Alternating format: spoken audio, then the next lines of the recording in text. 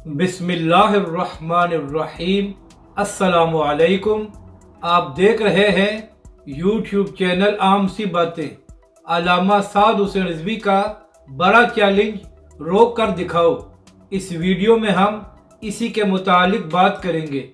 नाजरीन कराम, कल तहरीक लब्बैक पाकिस्तान ने जंग के माई हिल ग्राउंड में एक बड़ा जलसा करना था, मगर किसी वजह से TLP को उस ग्राउंड में जलसा नहीं करने दिया गया।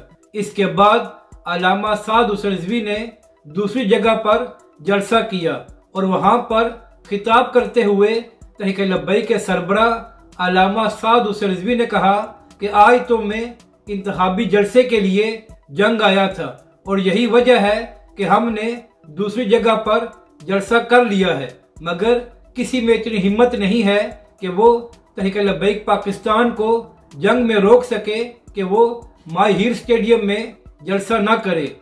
अल्लामा साद हुसैन रिजवी ने कहा कि मैं बहुत जल्द जंग में वापस आऊंगा और उसी स्टेडियम में लब्बैक या रसूलल्लाह कॉन्फ्रेंस करूंगा। अगर किसी में हिम्मत हुई तो हमें रोक कर दिखाए।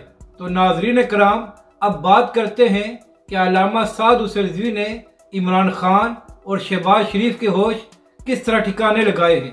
तो इसी खिताब में बात करते हुए अल्लामा साद हुसैन रिजवी ने कहा कि इमरान खान साहब, आप खुद तो AC वाले कमरे में बैठकर मजे करते हैं और पाकिस्तानी अवाम को ये कहते हैं कि वो हकीकी आज़ादी के लिए बाहर आए।